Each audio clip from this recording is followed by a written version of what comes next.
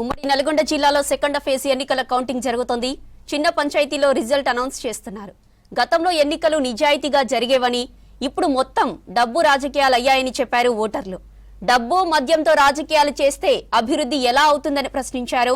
ఒకప్పుడు ఒకరు చెప్తే 10 మంది వినేవాళ్ళని ఇప్పుడు 10 మంది ఒకరికి చెప్తున్నారంటున్నారు. ఇక ఇదే అంశంపై మరిన్ని డీటెయిల్స్ మనకి శేఖర్ అందిస్తారు. Shekhar, over to you. ఉమ్మడి నల్గొండ జిల్లాలోని గ్రామ పంచాయతీ 2వ విడత ఎన్నికలు పోలింగ్ ప్రక్రియ పెద్ద ఎత్తున ఓటర్లంతా కూడా తమ ఓటును వినియోగించారు. మాట్లాడదాం వాళ్ళతో కూడా. ఇక్కడ చాలా మంది ఎక్కడి నుంచి వచ్చారు? మాది రాటపేట. ఎట్లా ఉన్నాయి ఊర్లు? మంచిగా అభివృద్ధి చేస్తున్నారా? ఎట్లా ఉన్నారు నాయకులు? ఎట్లా ప్రచారం చేశారు? జనరల్ గా నాయకులు అంటే అంత అభివృద్ధి అయితే ఏం లేదు రాటపేట. ఈసారి కొత్త వాళ్ళు చూస్తున్నాం. పెద్ద ఆయన ఏం పేరు? పెద్ద మీ పేరు? సత్యం. 50 ఏళ్ళు నువ్వు ఎలక్షన్ చూడొచ్చు. నాకు తెలిసి 80 క్రాస్ కాలే, 80 ఏళ్ళు దాటింది. ఇప్పుడు ఈ 80 ఏళ్ళల్లో దాదాపు ఎన్ని ఎలక్షన్లు చూసినావు? అప్పుడు ఎట్లుండే? మీ కాలంలో ఎలక్షన్లు ఎట్లుండే? అప్పుడు ఇట్లనే ఉండే. ఈ అన్ని పైసలు పెట్టి మందు పంచి అట్లుండేనా? అది లేదు. ఇప్పుడు చూస్తుంటే ఎట్లా అనిపిస్తుంటది నీకు? మంచిగానే ఉంది. అంటే ఇప్పుడు మంచిగా ఉందా అప్పుడు మంచిగా ఉందా ఎలక్షన్లు? ఇప్పుడే మంచిగా ఏది మందు పంచిరా? మందు పైసలు లేదు. ఓకే.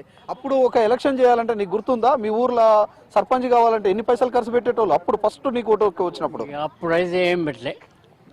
ఏం పెట్టలే. మరి ఇప్పుడు లక్షలు లక్షలు కోట్లు పెడుతున్నారటగా? పెడుతున్నారు. ఏం పేరు పెద్దమ్మా మీ పేరు? విజయలక్ష్మి. అవునా? ఓటు వేసిరా? ఎట్లా ఏం చెప్తుంటారు నాయకులు వచ్చి? ఓటేమంటారు అది అంతే. ఏం పేరు నీ పేరు? సత్య. ఎంత ఉంటుంది మీ ఏజీ?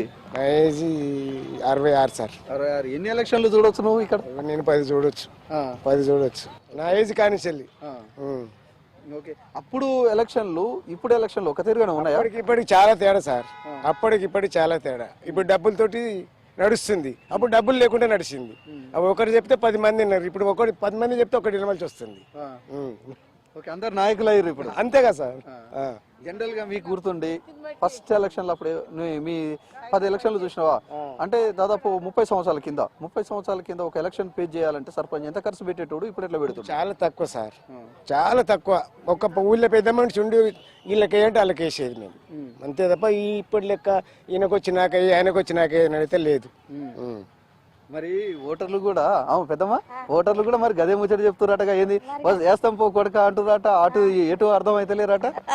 అవును సార్, మరి ఎవరికైనా వేస్తామని చెప్తాం కదా సార్. మరి ఇక ఎవరికి నిష్ఠూరం అందరికి వేస్తామని చెప్తాం, ఎవరికి నిష్ఠూరం చేయం కదా సార్.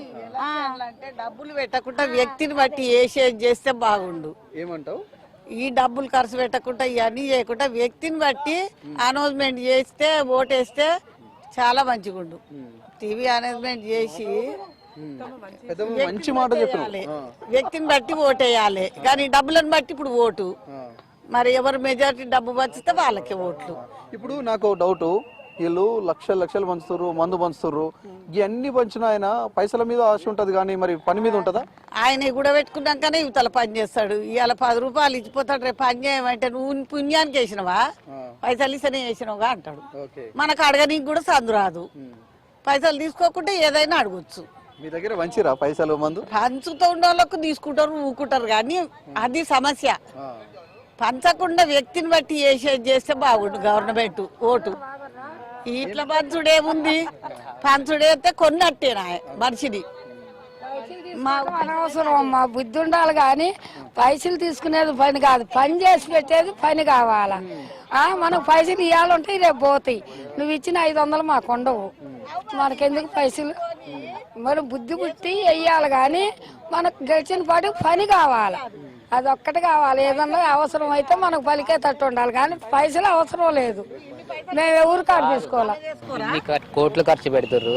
ఒక ఆయన 1,50,00,000 అంటారు, ఒక ఆయన 2 కోట్లు అంటారు. అదేదో గ్రామ పంచాయతీ తరఫున ఫస్ట్లో వాటర్ ప్లాంట్లు అవి నిర్మించి మంచి పనులు చేస్తుంటే, ఇప్పుడు ఆయన అది ఒక ఓడిపోయినా కానీ గెలిచినా కానీ ఆయన పేరు అనేది నలుగురికి వాటర్ ఇచ్చిండని ఉంటుంది. అది లేదు, ఇప్పుడు పంచుతుర్రు.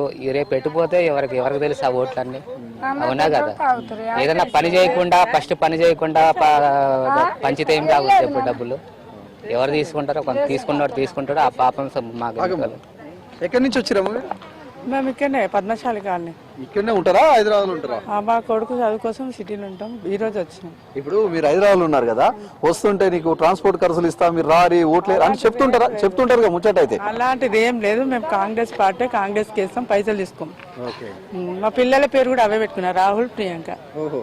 అందుకోసం మేము ఎవరు డబ్బులు వేసుకుంటాం, పని కూడా మైనార్టీ చేపించుకుంటాం.